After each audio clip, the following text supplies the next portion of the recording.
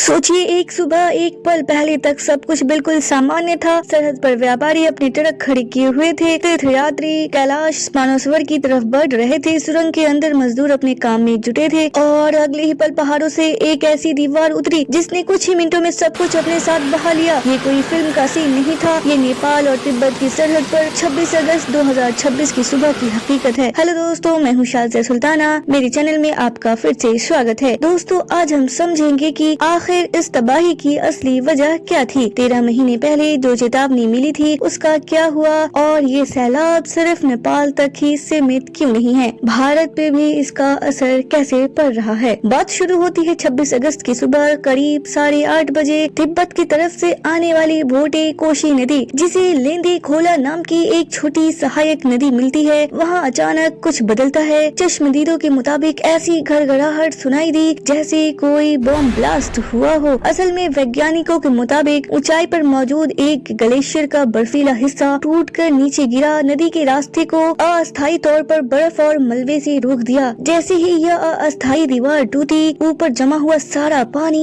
एक झटके में नीचे की तरफ दौड़ पड़ा। अमेरिका के सर्वेक्षण संस्थान USGS ने इसकी पुष्टि करते हुए साफ कहा कि उस दिन कोई भूकंप नहीं आया था, ये हादसा सीधे ग्लेशियर के टूटने से हुआ। यानी विज्ञान की भाषा में इसे कहते हैं ग्लेशियर लेक आउटबर्स्ट फ्लड या GLOF। आसान शब्दों में कहे तो पहाड़ पर टंगा हुआ पानी का बम। यह सैलाब सबसे पहले पहुंचा सरहद के उस दरवाजे तक जहां से नेपाल और चीन का सारा व्यापार गुजरता है। टिमुरे बाजार और रसुआगढ़ी बॉर्डर पोस्ट, यहीं से कैलाश मानसरोवर जाने वाले तीर्थयात्री भी गुजरते हैं। कुछ ही देर में ये पानी त्रिशूल नदी में मिल गया और लगभग 60 किलोमीटर लंबी घाटी में तबाही मचाता हुआ आगे बढ़ता गया। त्रिशूली नदी का जलस्तर महज 30 मिनट में करीब 9 मीटर तक बढ़ गया। रास्ते में जो भी आया, सड़कें, पुल, घर, बिजली परियोजनाएं, सब कुछ बहता चला गया। नूवाकोट और धारदिंग जिलों तक अलर्ट जारी करना पड़ा। अब बात करते हैं आंकड़ों की, तो यहाँ एक और बात समझनी जरूरी है कि ये आंकड़े लगातार बदल रहे हैं, क्योंकि ये अब भी एक चलती हुई रेस्क्यू ऑपरेशन है। शुरुआत में मौतों की संख्या 17 बताई गई, फिर बढ़कर 21 हुई और रिपोर्ट्स के मुताबिक नेपाल में मरने वालों की तस्दीक शुदा संख्या 150 से भी ऊपर जा चुकी है, जबकि तिब्बत की तरफ भी 3 मौतें और सैकड़ों लापता होने की खबर है। लापता लोगों का आंकड़ा तो और भी डरावना है। नेपाल पर्यटन बोर्ड की शुरुआती लिस्ट में 384 यात्री लापता बताए गए थे, जिसमें 291 विदेशी और 93 नेपाली नागरिक शामिल थे। लेकिन जैसे जैसे तलाशी का दायरा बढ़ा, ये संख्या बढ़ती चली गई और अब कुछ रिपोर्ट्स के मुताबिक 1300 से ज्यादा लोग लापता बताए जा रहे हैं। इनमें से भारत के 105 नागरिक और 37 NRI शामिल हैं। ज्यादातर कैलाश मानसरोवर यात्रा पर निकले तीर्थयात्री अमेरिका, ऑस्ट्रेलिया, ब्रिटेन, कनाडा, दक्षिण कोरिया, मलेशिया और दक्षिण अफ्रीका के नागरिक भी इसी सूची में शामिल हैं। इतना ही नहीं दोस्तों, सीमा पर तैनात 3 पुलिस चौकियां बह गई। 32 से ज्यादा जवान खुद लापता हो गए। जिनकी ड्यूटी थी दूसरों को बचाना, वो खुद लापता हैं। लॉन्गटांग हाइड्रो परियोजना की सुरंग में 60 मजदूर अंदर काम कर रहे थे। बाहर पूरी नदी आ गई। हेलीपैड बह जाने की वजह से रेस्क्यू हेलीकॉप्टर को बिना कुछ किए वापस लौटना पड़ा, क्योंकि उतरने के लिए जमीन ही नहीं बची थी। 216 मेगावाट के ऊपर त्रिशूली हाइड्रो प्रोजेक्ट का बांध भी टूट गया, जिसका रुका हुआ पानी इस सैलाब में और जुड़ गया। कुल मिलाकर 13 पावर प्रोजेक्ट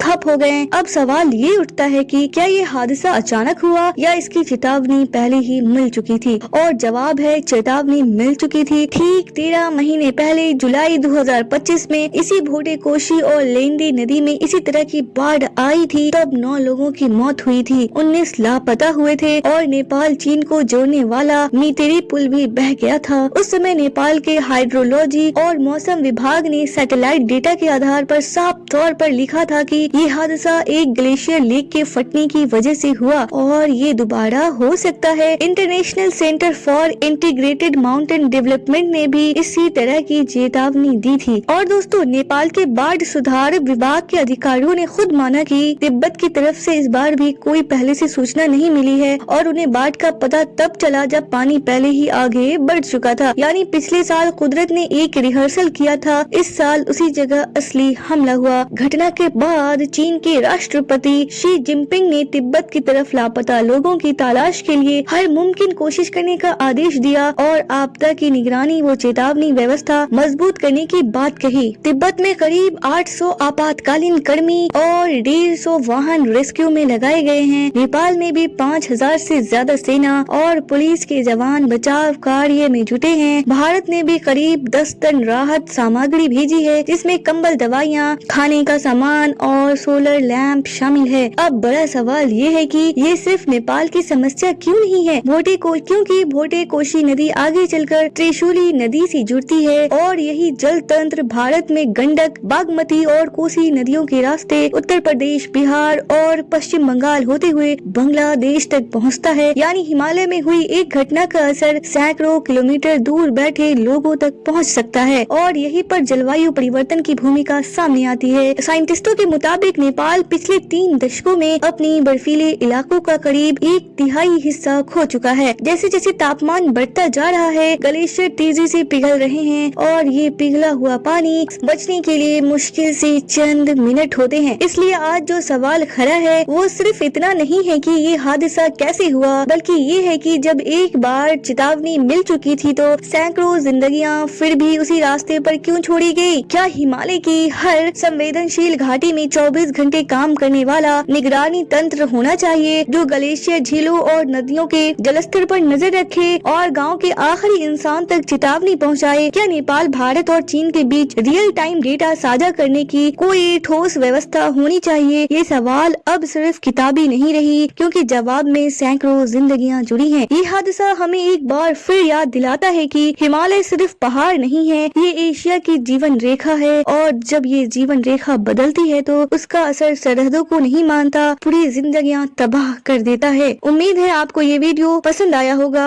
वीडियो पसंद आया हो तो शेयर और लाइक जरूर कीजिएगा। दोस्तों, आप लोगों के प्यार भरे कमेंट्स का इंतजार रहेगा।